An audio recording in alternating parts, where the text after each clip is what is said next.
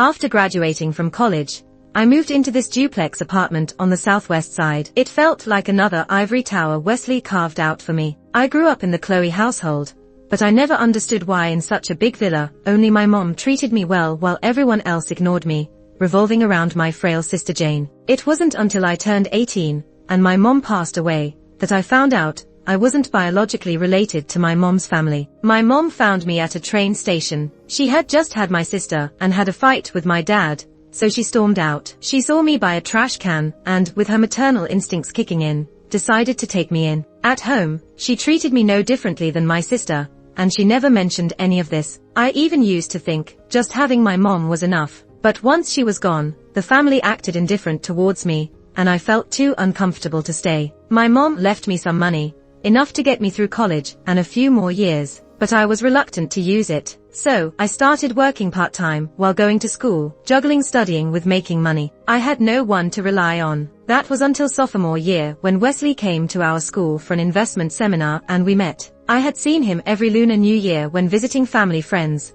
so I knew him, but we weren't close. He always stood out, easily becoming the center of attention, so learning his name was a breeze. After meeting, he occasionally texted me to go out for meals. He'd send his assistant to pick me up for study sessions at his place on weekends. He'd even watch boring movies with me or go for dull walks, and eventually, it led to him hugging or getting more intimate when no one was around. I thought of it as a romantic relationship, though he never made any promises. His kindness was clear to me. Once I graduated, I moved into his apartment, feeling sweetly blissful, thinking he was another person I could rely on, just like my mom. But then, outside a hospital room one day, I saw him gently tap my sister's forehead with a tender smile. She raised her hand to touch his face, and I noticed a familiar ring on her left hand's middle finger. I had seen that ring's card in Wesley's coat pocket once while he was in the shower. I had taken it out and saw it was a custom design from some brand. That night, my heart raced and my complexion remained flushed. Wesley even asked if I had secretly drank some booze. And now, I saw the ring in person. Since knowing Wesley,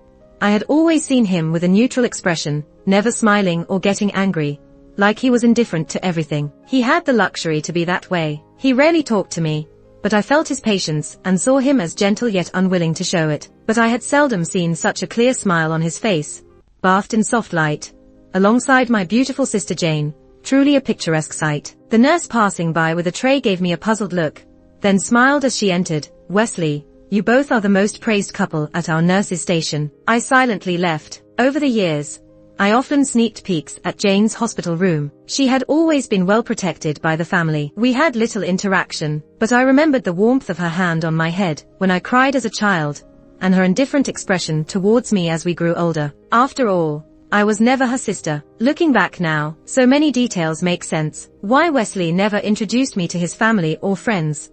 Why he never mentioned marriage, or even boyfriend-girlfriend labels.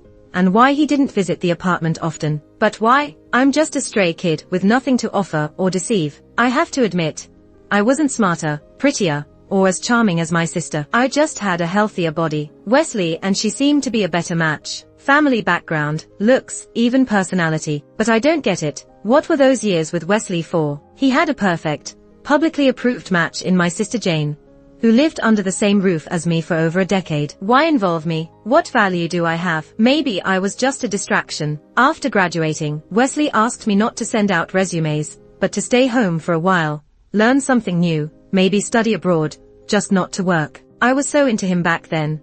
I'd do anything he said. So after graduation, I moved into the apartment, often alone. He offered to hire a housekeeper, but I declined, having plenty of time for cooking and cleaning. He visited once or twice a week, staying over, making the outside world vanish for me with only him left. I was happy when he came, eagerly waiting when he was busy. I lived solely for him, a shadow. But now, I realize I was only ever a shadow, obscured from view. Returning to the apartment, quite far from the clinic, I often walked this route, needing no navigation to find my way home. Time was one thing I had plenty of. I shut the door and leaned against it, hugging my knees, staring at the cold interior for the longest time. Then I started packing. I had very few belongings. Apart from a few usual clothes, most items were couple sets I bought after moving in. Wesley never asked about them, which disappointed me. But a man like him wouldn't care about these tiny details. In this luxurious house, my things were mostly in the bedroom. I once hoped Wesley would fully move in,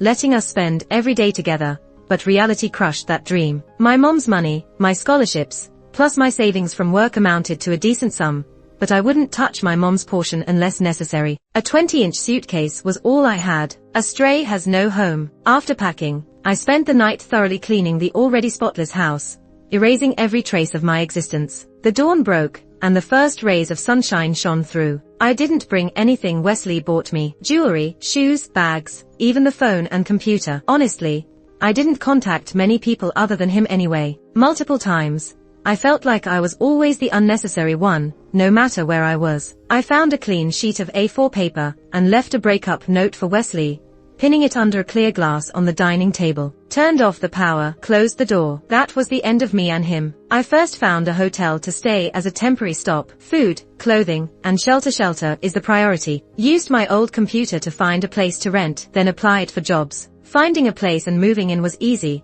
but job hunting yielded no results. It's not hiring season, and the gap in my resume from graduating college was too obvious. Even less specialized jobs were competitive. While sorting my stuff in the rental, I found a business card in the side pocket of my suitcase. I often jogged around the flower beds below the apartment in the mornings. Meeting the person who gave me his card was purely by chance. He owned a place in the same area. He approached me one day asking if I was interested in modeling. His agency needed someone with my look. I didn't think much of it at the time, but he kept approaching me in the mornings until I took his card. He told me to call if I was interested. It's been 6 months since. I searched for his info online and found he was legit. Hesitating, I decided to give him a call. After all, making a living is the priority now. Just before the call was about to end, he picked up, sounding drowsy. Hello. I glanced at the computer clock. 4:30 p.m. Hi, this is the person you met below the apartment. Do you remember me? There was a pause, then a long "Oh,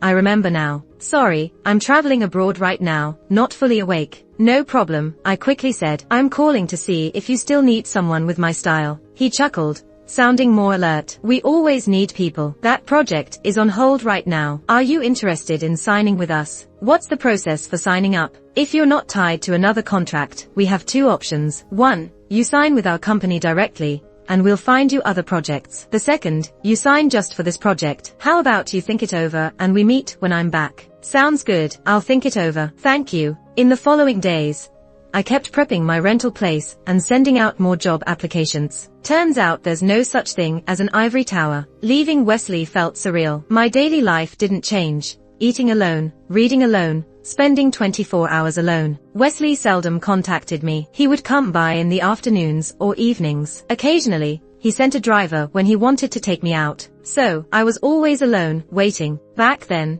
I waited for Wesley. Now, I waited for something for myself. Negotiations went surprisingly well, which was my only good news lately. The man, called Lucas, was personable, saying he discovered me and would personally help me. I didn't initially know Lucas's reputation. Later, I realized meeting him was one of my few lucky breaks. After signing the contract, he was the first contact I saved on my new phone. He sent documents about myself, the company, and the job, asking me to review them at home. The project would pick up again and film as soon as next month. While drinking coffee, he asked, "Ever been to the Northwest?" I shook my head and smiled shyly. I rarely traveled. Growing up, my sister was sick a lot, so family trips were rare. Even when we traveled, it was for her medical treatment. I was always left behind. With Wesley, he traveled constantly for work. I always stayed behind. Lucas didn't show any special reaction, just smiled. "This job involves a lot of travel. You'll be busy and need to stay fit. Don't slack off." After signing the contract, I visited a cemetery outside the city. My mom's stone was in a prime spot. She loved sunflowers, so I brought a huge bouquet. I placed them before her photo,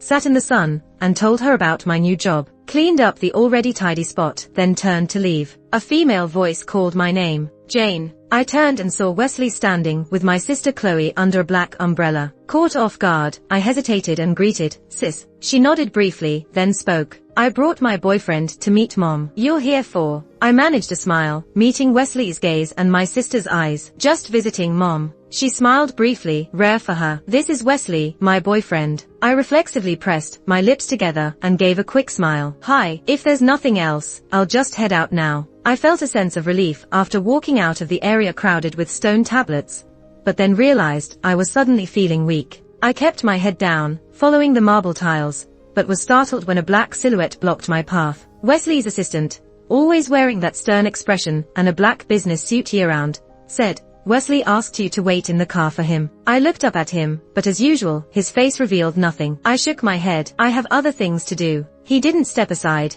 keeping his hand extended toward the car's direction. It hit me then that Wesley's control over me wasn't protection, but more like putting a pet dog in a cage. He wouldn't let me work or interact much with others. He gave me a cold cage and occasionally fed me, which made me happy. "You're not letting me go." I held his gaze. No reaction, the usual steady expression like Wesley's. I sidestepped to jump off the next step, quickly muttering an apology to the owner of the gravestone. The step was high, almost taller than a person. Although I often worked out, I still heard a crack in my ankle as I landed. "Jane." I heard the assistant's voice and my sister's startled cry behind me. Thankfully, I always wore sneakers. Ignoring the dull ache in my ankle, I ran through the maze-like paths, trying to break free from the emotional and physical cage Wesley had built around me. My ankle was twisted from the rush and the high step, but in the following days, I was fine. I still did yoga at home and studied the documents Lucas gave me. When the door knocked, I thought it was the vegetables I had just ordered online. I opened the door to find Wesley's ever-expressionless assistant. He timed his move and pushed against the door. "Jane, Wesley asked me to bring you back." The delivery guy arrived at that moment, peeking curiously between me and the assistant. I signed for the groceries, noting the delivery guy's subtle wink,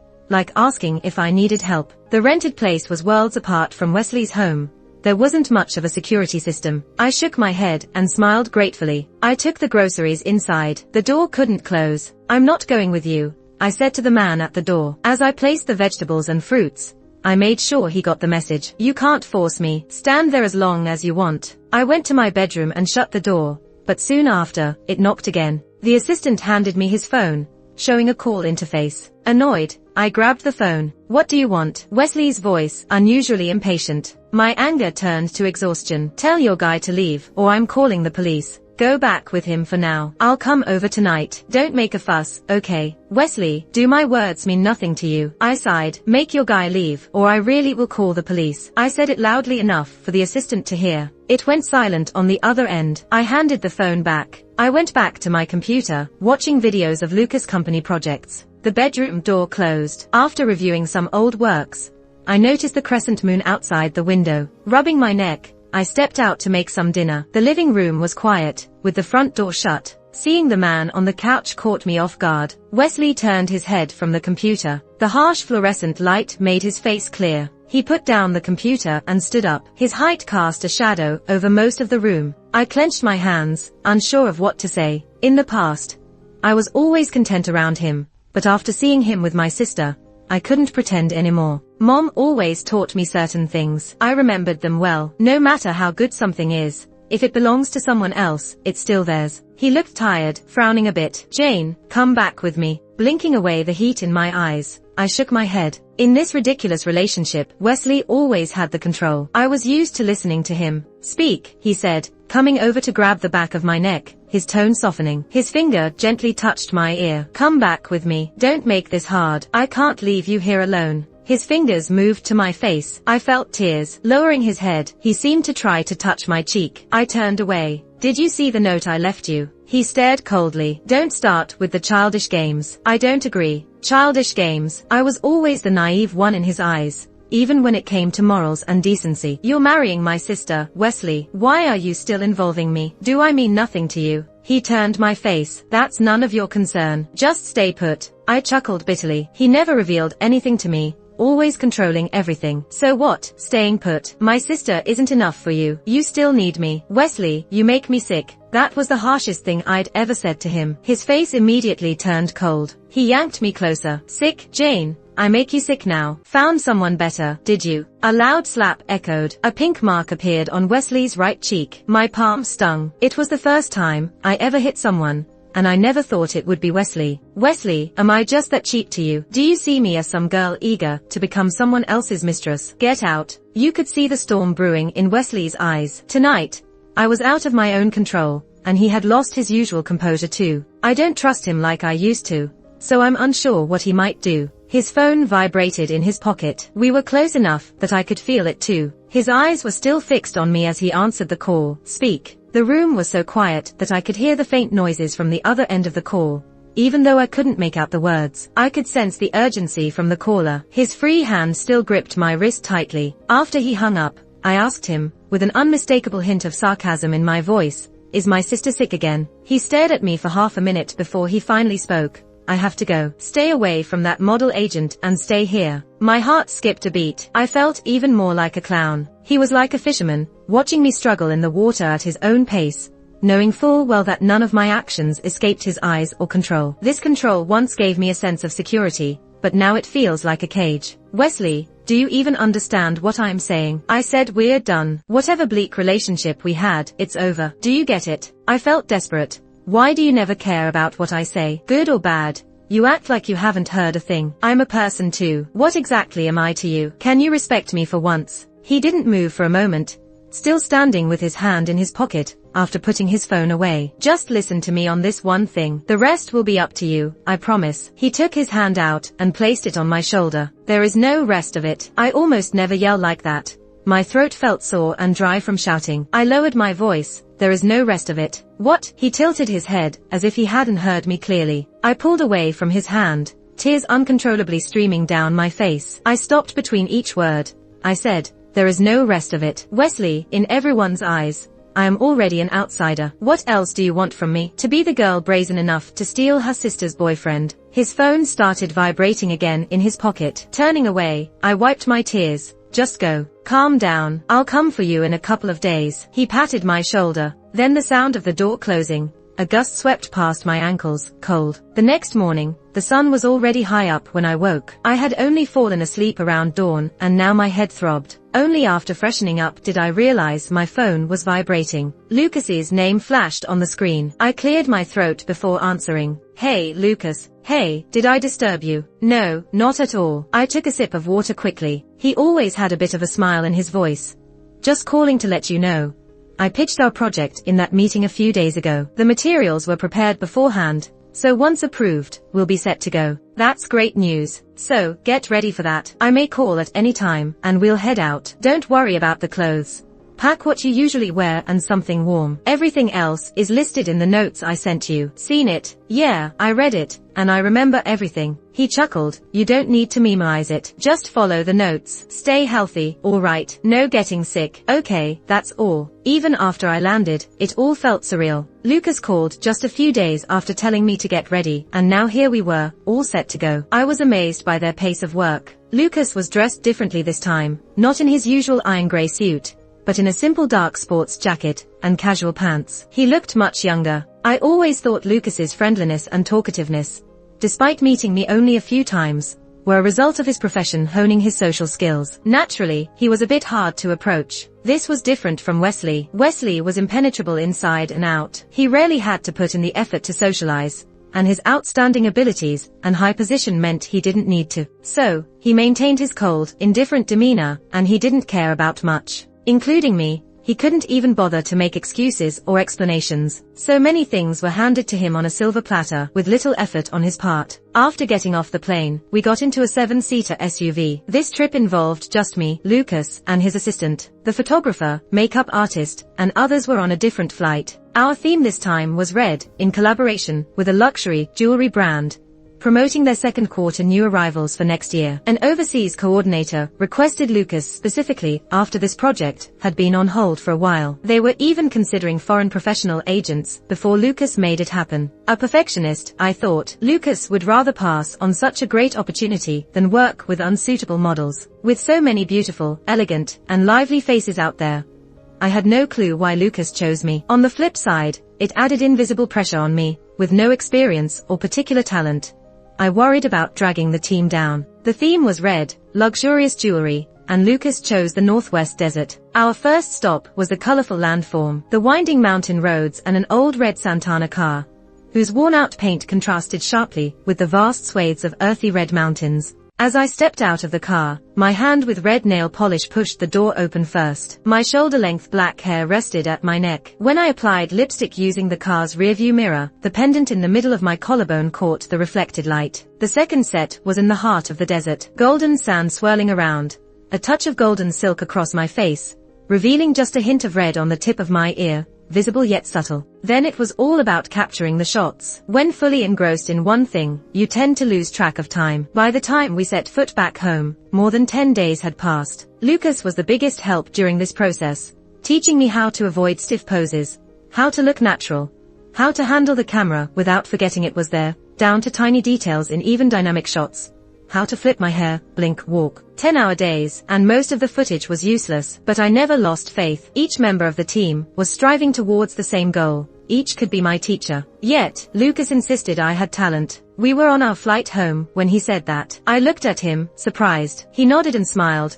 Really? You're among the top 5 models I've worked with. I wasn't wrong about you. I awkwardly touched my hair, feeling kind of embarrassed.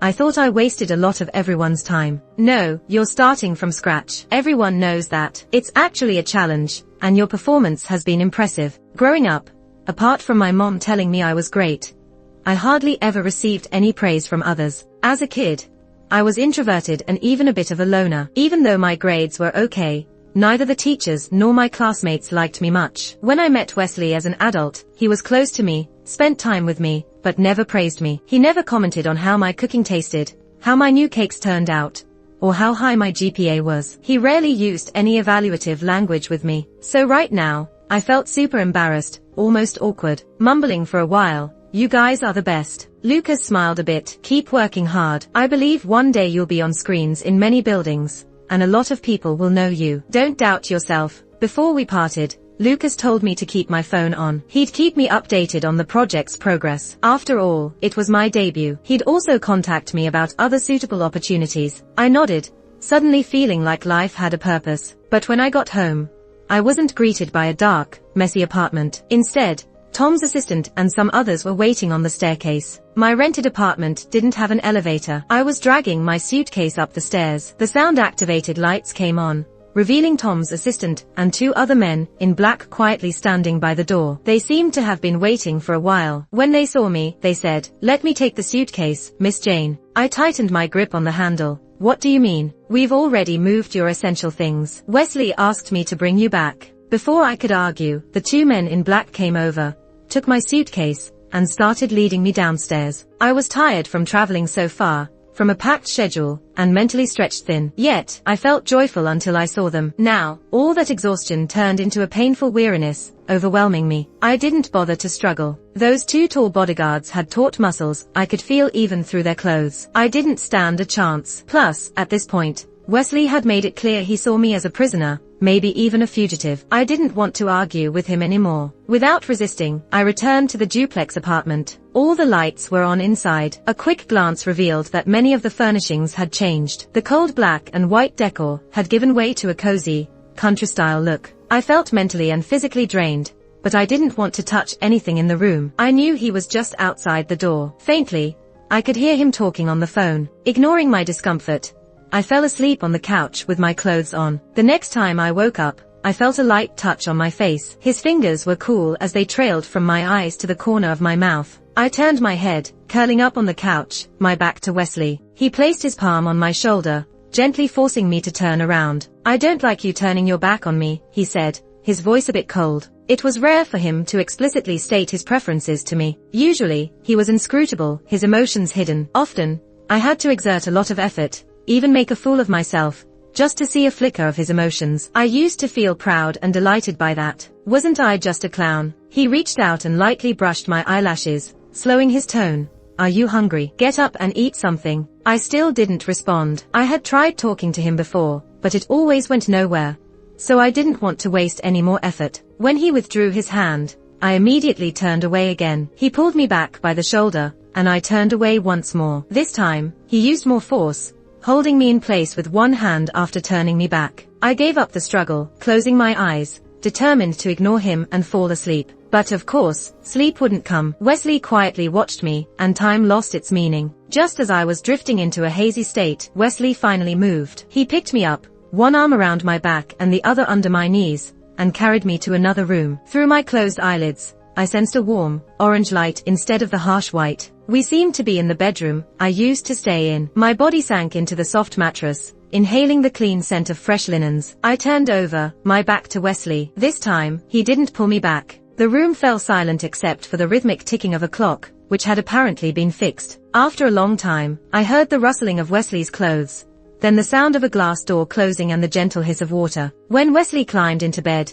bringing with him the scent of fresh water and light fragrance, I opened my eyes, got out of bed quickly, and walked barefoot to another guest room. Wesley followed right away, grabbing my arm, seeming genuinely angry. "Jane, have you had enough? I've given you time to cool off." His voice was chillier than ever, a tone he had never used with me before. I looked at him, really looking at him for the first time tonight. His hair was still damp, darkening his usual color. The collar of his black pajamas revealed a pale collarbone. His long fingers gripped my arm tightly. I could feel the tendons and strong joints. Wesley and my sister had exchanged rings and were engaged. They were a couple everyone else thought was perfect. If I could still sleep in the same bed as Wesley without a care, then my mom shouldn't have taken me in and raised me. I might as well have frozen to death at the bus station, but I didn't want to talk to him anymore. He wouldn't listen or care about what I said anyway. Why waste my breath? Plus, right now, I truly resented him. How could Wesley so easily play both sides between me and my sister? If he loved my sister, why hold on to me? If he loved me, that would be the biggest joke. He had power and wealth. I was just a poor, powerless kid with no backing and no real skills. All I could do was hold on. Wesley grabbed my hand tightly, and I pried each of his fingers off one by one. Once free, he grabbed my chin, forcing me to look at him. "Jane, can't you talk? Or did going out with that agent make you wild?" I tried to pull away, but he didn't let go. I lowered my head and bit into his wrist hard. I didn't hold back. It must have hurt a lot. But Wesley just looked at me, not even flinching. He just kept staring at me. I suddenly felt it was pointless and let go. His wrist had a deep ring of blue-purple bite marks with traces of blood, looking a bit scary. I pushed him away and turned to get into bed. He yanked me back, staring right at me. "Are you ignoring me? I want to leave." It was the first time I spoke that night, and my voice sounded terrible from the lack of use. "That's the one thing you can't do." His tone left no room for argument. I let out a cold laugh. Then why pretend to ask? Wesley already knew what I wanted but pretended not to see it. To him, my needs were less important than an ant crawling on the floor. He didn't let go, and I didn't care to struggle anymore. I stood there, head down, counting the intricate patterns on the tiles. After a while, he sighed, his hand sliding up to my shoulder, softening his tone. "Stay here, okay? I'll get someone to take care of you. If you need anything, just tell me." I said, "You don't need to work. When I have time, I'll take you on a vacation, okay?" Tears hit the floor with tiny splashes before I realized I was crying. Why was I even crying? Maybe I just missed my mom. That night, Wesley didn't sleep in the same bed as me. As soon as he climbed in, I sat up, hugging my knees. I couldn't cross that line in my heart anymore, nor could I enjoy his so-called tenderness. I stayed in the apartment. This time, it felt like pure captivity. He didn't even let me out. My phone was taken away that first night I came back. "There's a lady here 24/7 to cook and clean." Next door is another of Wesley's apartments, with 2 big bodyguards living there. At first, I tried to find ways to leave, to escape Wesley's watchful eyes, but as the dull and monotonous days dragged on, I started questioning myself. What would I do if I left? I've never been someone who was expected or wanted. Abandoned at birth, the only person who loved me is gone. No friends, no family, and love, that's a joke. I realized I had no favorite foods, hobbies, or talents. I couldn't find anything that brought me joy or motivation. Wesley treated my words like they were pointless, so I seldom spoke anymore. The housekeeper only took care of meals. She never initiated conversations, and I didn't either. Wesley visited more often, but his touch made me uncomfortable, like ants crawling all over me. My days followed a routine: bland meals, staring out the window, and sleeping. It should have been a good life: food, drink, a nice place, but I grew more anxious and angry. I remained outwardly calm, but inside, I felt like a raging fire. I needed something to alleviate the pain. I hid a spare razor blade from the kitchen, thin and sharp. When things got unbearable, I'd cut myself. The blood would drip down, and it didn't hurt, allowing me to breathe briefly. The apartment temperature was constant all year, just right for light long-sleeve pajamas. So, the cuts never got infected, healing quickly. My left arm soon bore neat lines of scars, all hidden under sleeves. Wesley changed too. He went from forcing me to talk, to coaxing, to just being beside me. But he always talked a lot. Things he'd never told me before about his day. I heard the words, but never absorbed them, often not even knowing what he said. Feeling my resistance, he no longer hugged or held me forcefully. Until one night, about 6 months later, I couldn't sleep anymore back then. Hair was falling out in clumps, and food made me nauseous. Wesley came back late and drunk that night. I finally fell asleep, but woke from a strong smell of alcohol, hot breath on my face. Wesley looked oddly happy, pulling me up to kiss me. The strong smell of smoke and liquor, combined with Wesley's rare nearness, made me uncomfortable. I pushed him away and ran to the bathroom, but Wesley was too drunk. He followed, trying to pull at my clothes. His grip was strong, and I fought back hard, pushing him. He staggered, hitting his head against the glass door, producing a loud thud. He finally opened his eyes fully, shook his head, and leaned forward to rinse his head and face. Soaked, he looked at me for a long time, seeming to want to help me. "Don't come near me." I blurted it out, purely instinctive. He paused, looking at me, then left. I got up and went to the sink to wash my face too. Water trickled through my pale fingers into the drain. I pulled out a magazine, opening it to a photo of the vast northwestern plains. Wesley had subscribed to many magazines to keep me entertained. I found this one by chance. The photo showed a girl in red, smiling freely. I compared it to my reflection, pale, skinny, a world apart. I realized I might never feel that pure joy again. There was nothing I could look forward to, nothing that could make me happy. Even though I do nothing every day, why am I always so tired? I filled the bathtub with cold water. As I stepped in fully clothed, I didn't feel the cold at all. Instead, it felt soothing. I rolled up my sleeve, looking for a place to cut. My mid-arm was crowded with scars, so I made a deep cut on my wrist. I vaguely remembered that cutting there was a bad idea, but why? I couldn't recall. I started thinking about my mom again. Since she left, I haven't felt that warm, fragrant comfort for so long. It's too cold. I closed my eyes, just so tired.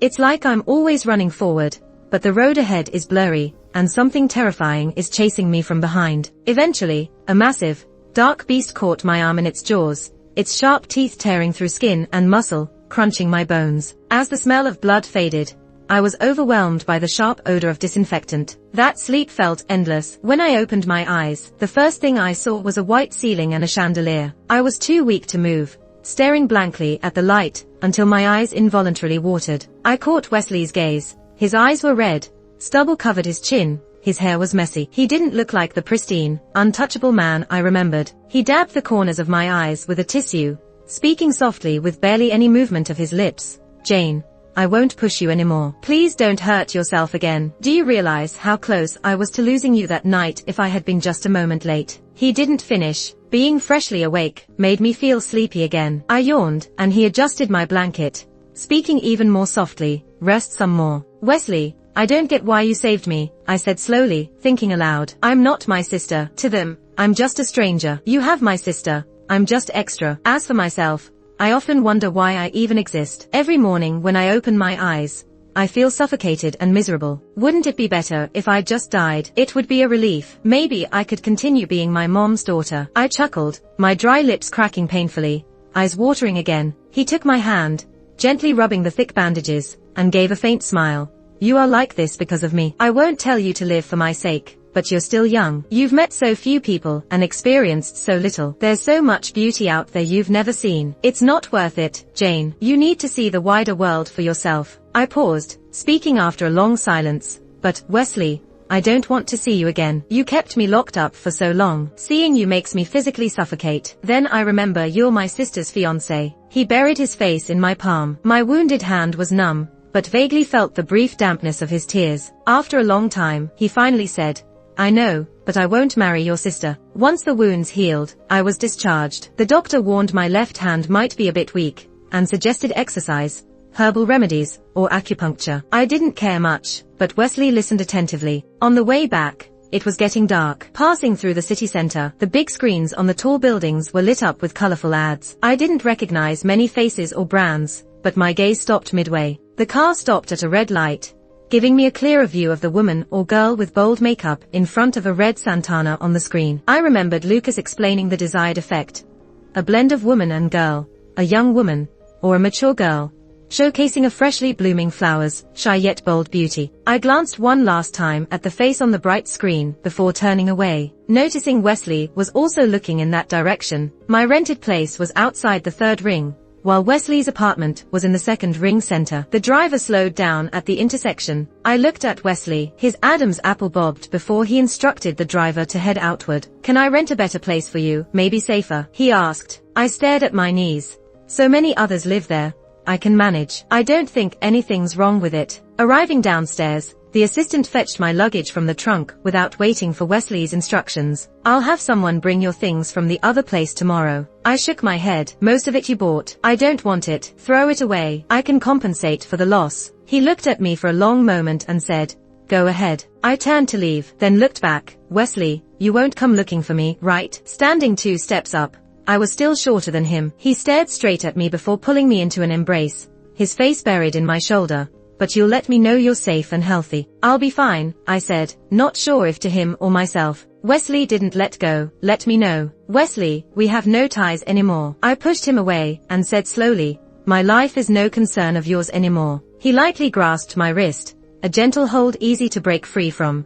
"Just this one thing, Jane. I can't handle it happening again." I looked at him, his eyes reddening again, and finally said, "I'll be in touch with my sister." The apartment was spotless, even more so than when I lived there. Wesley must have sent someone to clean up beforehand. The fridge and cabinets were stocked with fruits, vegetables, meats, ready meals, and supplements. My phone and computer were on my desk as usual. Smelling faintly of hospital disinfectant, I headed to the bathroom for a shower. Without a bathtub in the rented place, the water flow triggered memories of that suffocating underwater feeling. I turned off the water, coughing violently. The apartment was clean enough that no further cleaning was needed. The medication made me drowsy early. When I finally lay down in bed, I heard a buzzing sound vibrating in the room. I reached for my phone, and it had been so long since I last touched it that it felt unfamiliar. "Hello, is this Ms. Jane? I'm the owner of Emily's Boutique. I saw your pictures and would like to invite you to do a photo shoot for our new clothes. It would be great for promotion." The voice on the other end was gentle and enthusiastic. I unconsciously picked at my phone case. "How did you get my number?" "Oh, I saw your photos and thought you matched our brand perfectly. So, I asked around and got it from your company." I looked at the fine gray stripes on my blanket. "Let me check with my supervisor." When I signed with Lucas, it wasn't just for a single project. It was a long-term contract. He told me not to take any outside gigs. He said he'd handle my career, finding the best opportunities to maximize my value. But having lost contact for 6 months, I had no idea what he'd say now. If it weren't for this call, I probably would have stayed hidden a bit longer. After hanging up, I noticed a notification for a new message. Lucas had called a few times during my first 2 months at Wesley's, and he sent emails detailing the various commercial uses of my photos and videos. These were things we had initially agreed upon, but he still kept me informed. I opened the message and saw a reply to Lucas. "Jane isn't feeling well and is taking some time to recuperate. She's not handling work matters at the moment. For contract issues, please contact the email below." I checked the time. It was 9 p.m, not too early, not too late. Knowing Lucas, he was likely still awake. I decided to call him. Having been out of touch with the world for so long, my heart raced as the phone rang. I even felt a strange fear. "Hello, Jane. It's me, Lucas. Are you feeling better?" The story about me being unwell was just a convenient excuse from Wesley. "I'm fine now, Lucas. I wanted to ask about work." He seemed to chuckle. "The last set you did turned out great. The brand wants to work with you next season too, but you weren't well then, so we missed that." "No worries, get back in shape. I'll look for suitable projects for you." My first instinct was to refuse. I wasn't sure I could handle it, or if I was worth Lucas' time and effort. But another thought popped up. I really liked seeing my pictures at the mall. I wanted to get back to that state, hopeful, passionate, goal-oriented, driven. As a kid, my mom always praised me for even the smallest achievements, like acing a spelling test. It made me genuinely happy and content. I hated my current self, feeling like stagnant water under a shadow, calm, but repressed and gloomy. I nodded silently, then realized Lucas couldn't see me. Alright, Lucas, thank you so much. I started putting my life back together. I forced myself to sleep without any aids, jogged in the morning, and looked up Lucas' recent projects. I cooked proper meals and exercised until I was exhausted, keeping my mind busy. Even though I still had trouble sleeping, had a poor appetite, and my stamina had dropped significantly, I knew I had to keep going. Periodically, I found neatly packed fruits, vegetables, and even cut and boxed meats at my door, including various imported snacks. I knew Wesley had someone deliver them. Occasionally, I saw a black car parked across the street, staying the entire night. I glanced at the stubborn scar on my wrist. Models shouldn't have visible scars. I bought many scar removal creams. The marks on my arms faded, but the one on my wrist persisted. Ironically, the cut and stitches had been painless, but now it sometimes itched and hurt a little. One night, while watching an old luxury brand fashion show online, an ad popped up. My dad's figure appeared on the local news, his face pixelated, but I recognized him instantly. As a kid, I had sought a fraction of the fatherly love he gave my sister, but to no avail. We were practically strangers, yet I could always pick him out in a photo. Our family's medical equipment business was facing major fines for commercial violations, and my dad was even being prosecuted. My sister was fragile, couldn't do physical work, and despite a well-monitored high-quality life, she spent most of the year in the hospital. With the family's assets frozen, I wondered if my dad could escape prison time. I considered reaching out to find out about my sister's situation, but then it hit me. Chloe had Wesley to care for her. Where did I come in? I called my sister anyway. Unsurprisingly, no answer. So, I went to visit my mom's grave. 6 months had passed. The leaves had turned yellow and fallen, but new buds had appeared a few days ago. In the cold, the cemetery was quiet, with workers clearing thin ice from the paths. Standing by my mom's grave,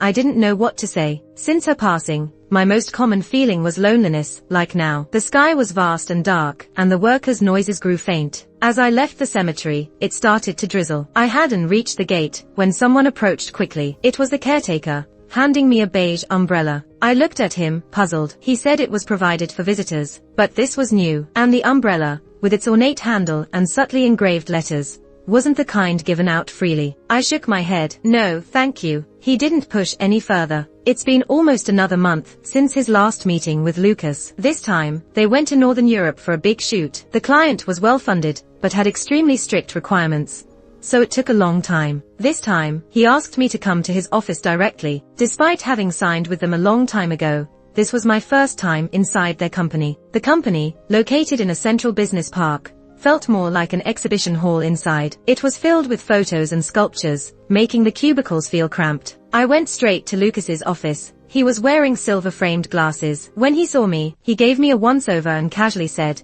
"You've lost a bit of weight. Go gain some. Clothes don't fit right on you." I nodded and greeted him, Lucas. He didn't pry into my personal matters. After asking a couple of questions about my health, he handed me 2 printed and bound documents. Veers and Star, he said. Both are new models. Veers shoots with others, and Star shoots with just one person, but Star isn't as well known as Veers. You can only pick one. Lucas jumped straight into the busy work schedule, and my rusty brain didn't immediately catch up. After a pause, he raised an eyebrow slightly and said, "It's peak season now. There are lots of projects, and even more models waiting. Shooting summer clothes for online stores in the dead of winter. People are fighting for those gigs. Jane, to be honest, I see great potential in you. I want to help you rise. Taking a 6-month break is very damaging in this industry. When you come back, you can't expect to get all the prime resources. My other models won't be happy, but since I brought you into this myself, I don't want to give up on you that easily. Take it slow, keep yourself healthy. The day will come when you can pick your own projects." My eyes suddenly felt a bit warm. The hesitation I felt was mistaken by Lucas as dissatisfaction with his arrangement. My brain kicked into gear, and I quickly responded, "I understand, Lucas. I'll follow your advice. I'll make sure something like this doesn't happen again." Life gradually returned to normal. I started to fully immerse myself in work. After the initial quiet period, more opportunities came my way. I frequently traveled for work. 6 months later, I saw the news online that my father's appeal had failed, and he was sentenced to prison. Most of the family's assets were used to cover debts. The family was basically an empty shell now. I thought for a moment and decided to call my sister. To my surprise, she answered this time. "Hey, sis," I said. She responded with a soft hum, not revealing how she felt. How are you? Are you okay? She seemed to let out a long breath and change the topic instead of answering. I saw the commercials you shot. They look great, very beautiful. But she didn't wait for my reply and continued slowly.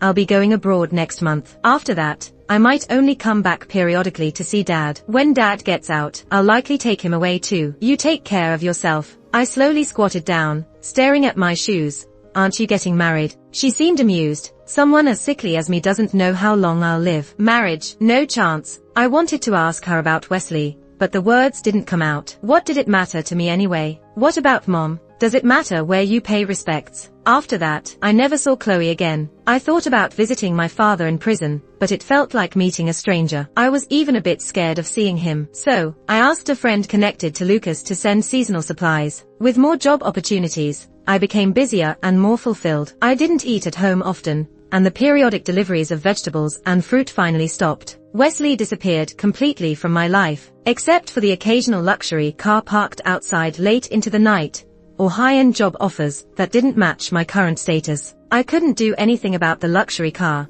but I definitely turned down the job offers. The fear mechanism made sure I rarely thought of him, but that didn't mean there were no after effects. I couldn't use a bathtub. When I was home alone, I always kept the TV or music on to create some noise. I had frequent nightmares. The scars on my wrist, even after scar removal surgery, still hurt and made my arm weak, hard to ignore. I gradually got used to the busy work rhythm, constantly traveling, shooting scenes, reviewing footage. Only then did I realize how prestigious Lucas was in the industry. For a genius manager to bring a new talent like me after 3 years was a huge stroke of luck, and I didn't want to let him down. I poured my heart into learning and worked diligently. By the end of the year, just before Christmas, a luxury brand hosted an annual party. Lucas brought me around for networking, then told me to take a break while he continued his business discussions. On a cold night under a waning moon, I lit a slim cigarette at the end of the hallway. This became a habit during those early work days. The fast-paced work, the chaotic mind, the occasional stinging pain from the wrist wounds,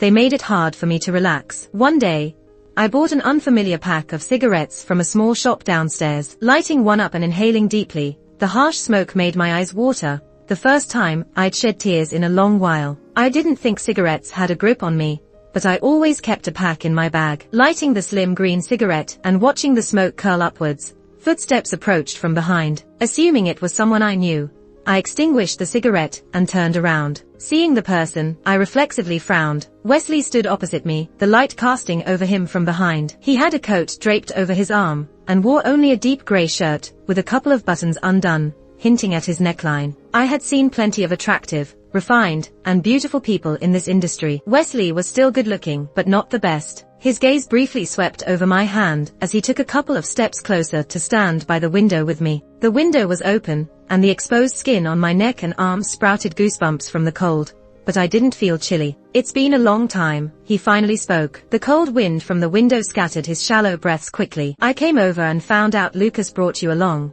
so I wanted to see you. I said I wouldn't pressure you into anything again. You don't need to be afraid of me. His voice was really low. I didn't say anything. He seemed to be speaking slowly, almost thinking aloud. Meeting you, a lot of things are new for me too. He reached over, grabbed my pack of cigarettes from the windowsill, and lit one up. Smoke drifted off his face, casting shadows over him. He smiled a bit, almost mocking himself. Turns out, I've failed miserably. Will you still take my advice? I asked. Hearing that, he turned to look at me, and I added, don't use your connections to get me job opportunities anymore. He was silent for a long time. The moon climbed higher. I spoke softly. You don't have to bear the weight of what happened back then. It was my own issue. You owe me nothing. I'm better now, but I don't want to have any ties with you anymore. Wesley lifted his head slightly, his Adam's apple moving gently. After a long while, he finished his cigarette, and asked me with a seemingly joking tone, how have you been? Got a boyfriend yet? I shook my head. There are people chasing me, but I'm not considering that right now. I finally felt the cold, but Wesley, still in that easy tone, asked, do you think there's still a chance for me? I'll change. I couldn't help but laugh and cut him off. Wesley, I just said I don't want any ties with you anymore. Tapping my fingers on the window frame, I added, even if I really liked you before, I won't be with you again. Whatever happened, it's in the past. I just want to move forward and not dwell on the past. Let's let it go. When Wesley left, he draped his jacket, which had been around his wrist, over my shoulders, quickly adding, "It's cold here. You can return it later, or just throw it away." I lit another cigarette by the window, but this time I didn't let it burn itself out. I smoked it slowly and deliberately. I think I'm really letting go. The good, the bad, the happy, the repressed, the relaxed, the suffocating. I'm not going back to the naive, silly Jane I once was. This new me is good enough. Time flies. I immersed myself in my work, and as time went by, those lingering pains seemed to heal. Finally, just as Lucas said from the beginning, I started to appear on more and more screens, big and small. The scars on my wrists have faded. I'm still young. I have a long life ahead. Apart from myself, everyone else is just a passerby. Epilogue. Wesley first met Chloe at one of those so-called high society parties organized by parents. He had gone abroad to study in middle school and returned as his parents' biggest hope. It's funny, his grandpa built quite an empire, but his parents aren't that capable, and his second uncle's family covets it, so they pinned all their hopes on him. At the party, Chloe was the first to greet him. She wore a silver fishtail dress and matching earrings, standing out amongst the glamorous women. As their glasses clinked, they exchanged polite smiles. Chloe was young and reportedly in poor health, but she always represented their business in rare collaborations. They grew closer over time. Chloe was a sharp woman,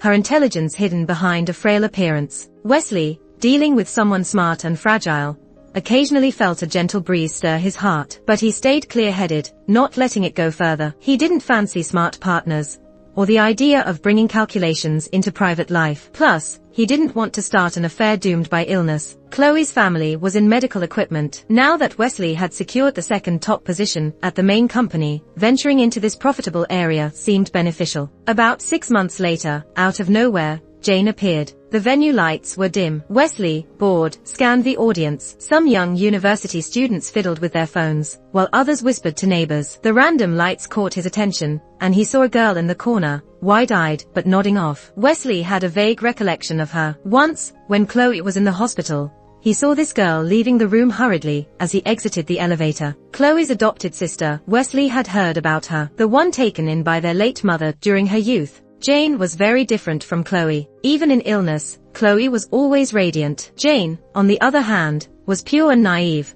her emotions and thoughts clear in her wide eyes. Wesley had no intention of getting involved, but when the meeting ended and as he left with the school leaders, all the students exited orderly through the main door. Turning back, he saw Jane asleep in the corner chair. No idea why, he told his secretary to handle the discussions and walked over. Jane was exactly as she seemed. For the first time, Wesley felt at ease with someone, no need for calculations or reading between the lines. Her presence was refreshing and spirited. Watching her eat earnestly across him even stimulated his appetite. But on the way back to school, she kept yawning. Wesley asked why she was always so tired. Jane stared at him with bright eyes, a bit embarrassed.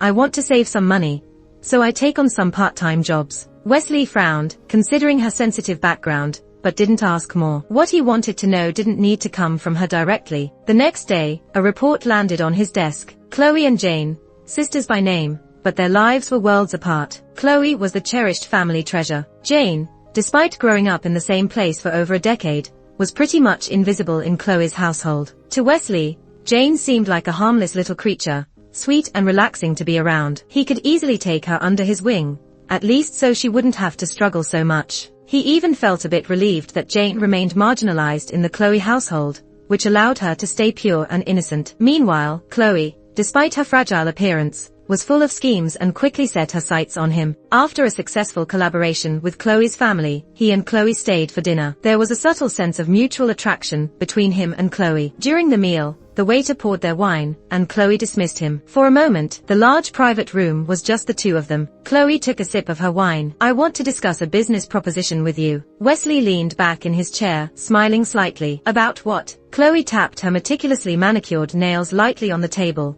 pondering how to present it in a way that made Wesley's position even stronger. "About you and me. That research team from my family you're interested in. They have several patents that haven't gone into production yet. I can give them to you directly." Wesley's expression remained unchanged, waiting for her to continue. Chloe's father had a pure heart when he was younger, running the company exceptionally well. But with no sons and the blow of Chloe's mother's death, his path took a darker route. By the time Chloe started taking over the family's affairs, everything looked glamorous on the outside, but was full of irremediable holes. She had tried many ways to mend things. Failures could be covered up, but with fakes and plagiarisms, it was only a matter of time before their old clients caught on. She needed to find shelter before then, to at least protect her father. She spoke earnestly. "You've probably heard the rumors about our company. I can only slow down its downfall. I need your help after everything collapses. I've calculated that with my skills, I can at least delay it until next year. And within this year, I can help you establish yourself firmly in your family." Chloe's words were vague yet clear. Wesley's grandfather was nearing 70, and still held significant power. While Wesley's capabilities were acknowledged by everyone, including his grandfather, his cousin, who had been raised by his grandfather, had a preferential advantage. Since Wesley's return to the country, his grandfather had asked him several times about settling down. His parents were constantly screening potential high-status brides for him. Wesley found these matters instinctively repulsive, especially seeing how his parents pored over every word from his grandfather. Yet, he maintained a faint smile. "I have many ways to establish myself. What you're suggesting is my least favorite." Chloe observed the man across from her, still smiling, but his demeanor had noticeably cooled. Chloe had her own deeply hidden desires. She had spent most of her life in hospital rooms, learning various subjects when her health allowed. She was already frail and didn't want to appear foolish. It wasn't until she kept thinking about Wesley that she realized she had her own desires and cravings. She carefully managed their distance and interactions, but Wesley remained the same, always with a slight smile, seemingly unaffected by anything. Thus, she clumsily tried to use herself as leverage. Given that she didn't have long to live, she wanted to satisfy her own desires, even if it meant creating a false dream. "Wesley, look at me. I don't even know how long I have left. I'll eventually vacate this position. You don't like it, but this is the quickest and simplest way that's mutually beneficial. Sometimes, the most effective strategies are the ones people like least. You're smart. Instead of being constantly annoyed by your second uncle and his family, why not go for a one-time solution? Save time and do what you really want." That night, Wesley went back to the neighborhood. Whenever he felt tired or bothered, he would go see Jane. Jane gave him a different feeling. She wasn't too clever and didn't understand the chaos around him, so she couldn't possibly scheme against him. Being with her gave Wesley rare moments of relaxation, like finally coming up for air after being submerged. Elsewhere, he often suffered from insomnia, unable to sleep without worries. But at Jane's place, he could sit on the couch, watching her busy in the kitchen, and slip into soft, sweet dreams. After meeting Chloe's parents, his own parents were overjoyed, and even his grandfather rarely showed such kindness, peppering Chloe with questions. Wesley sat at the other end of the dining table, feeling a bit chilly and contemptuous inside. If they knew about Chloe's health, how every bedroom in their house was modified to the highest surgical standards, he wondered how they'd react. Settling down and establishing a career was part of his grandfather's old-fashioned beliefs. After the engagement, his grandfather did ease up on the control, which felt particularly ironic. Wesley pulled Jane, who was passing by with a tray of fruit, onto his lap, resting his chin on her shoulder. Jane tried to turn to look at him, but he stopped her. "Just stay with me for a bit," he said, his voice hoarse from lack of rest. Jane was petite, but tall, and her lightweight frame was sometimes uncomfortably bony to hold. Still, Wesley liked holding her. Chloe ended up hospitalized again, spending half of her month there. As her fiancé, Wesley preferred commitment in appearance. Chloe awakened from her medication to find Wesley sitting beside her bed, working on his laptop. Noticing her gaze, Wesley turned and smiled, closing the laptop. He asked if she was feeling any discomfort. It felt like drinking poison. She knew it was fake, an illusion, but couldn't help succumbing to it. She reached out, opening the drawer beside her bed. Everything was prepared, including the engagement ring. Taking advantage of her current frailty and short lifespan, she performed sincerely. Wesley was a fitting actor, smiling as he gently took her hand, slowly slipping the ring onto her slender finger. Chloe gazed at his downturned eyes, an overly gentle expression. "Shouldn't you kiss the bride now?" Wesley lifted his eyes to her, unmoving for a long moment. Chloe's heart pounded. She couldn't handle the pressure. "Just let me experience it once. I might never have another chance." She moved closer, lips ready, but Wesley kissed her forehead, quick and light. Luckily, the nurse came in just in time, cutting through the awkward tension. Chloe placed her ringed hand gently over her heart, feeling its powerful beat. Wesley didn't expect Jane to throw a tantrum. The apartment was immaculate and cold without her presence. At first, he thought it was just Jane's late rebellion phase. He even considered taking a break to go on a vacation with her. She was young, maybe going back to school, or learning something new would help. But when he met a calm Jane in the cemetery, he learned the real reason. Wesley wasn't one to explain things to people, and he didn't think there was a need. Jane's teary arguments and stubborn attempts to leave him made him angry. He thought their relationship was an unspoken agreement, no need for titles. He didn't want Jane to ever touch anything ugly or transactional associated with his position. He thought they were fine together. If titles mattered that much, he would compensate her once things settled down. She just needed to stay with him. Jane's stubbornness exceeded Wesley's expectations. He initially intended to give her space to cool down, but one dinner at Chloe's family villa changed his mind. It was a routine meal post-engagement. Wesley didn't like Chloe's father because of Jane. Somehow, Chloe's dad knew about their real situation, which allowed him to comfortably discuss the company's pressing issues. That night, another family joined, former major clients of Chloe's medical equipment company, a famous private hospital. Chloe's dad brought them over, and Wesley silently ate his greens. A young man named Rob handed a photo to Chloe's dad, making Wesley's expression change slightly. Rob arrogantly said, "I'm very interested in this second miss. If she becomes my wife, I couldn't possibly sue my father-in-law, right?" Wesley hadn't noticed how tightly he gripped his cup until it started shaking, spilling tea. Rob, a seasoned boss, was capable and had connections. Who knew what desperate measures he might take? Wesley glanced at the man, finding his smug enthusiasm repulsive. With Jane still upset and Wesley busy, he made a grave mistake. He locked Jane in the house. Jane withered like a dying plant, losing her spirit. Wesley didn't realize his growing panic. With Chloe's dad under investigation and other plans underway, he became more irritable. The root of it all, he thought, was Jane's uncooperative attitude. He terrifyingly realized that Jane no longer responded when he spoke. He thought she was still hung up on Chloe, so he tried to explain, something he never did before. But Jane remained unresponsive. Holding her frail body, feeling her spine, Wesley panicked. One night, after too many drinks, he thought things were back to normal with Jane. When she resisted his touch harshly, he didn't fully wake up until his head slammed into the glass door. Finally clear-headed, he saw Jane huddled in a corner, eyes filled with fear. For the first time, he wanted to slap himself. He called a friend, a psychology expert, desperate for help, but his friend was stuck in a meeting. Wesley exploded in anger for the first time. After hanging up, he sat down, exhausted. He wanted to check on Jane, worried she might fall in the bathroom. But when he pushed open the door, the scene haunted his dreams forever.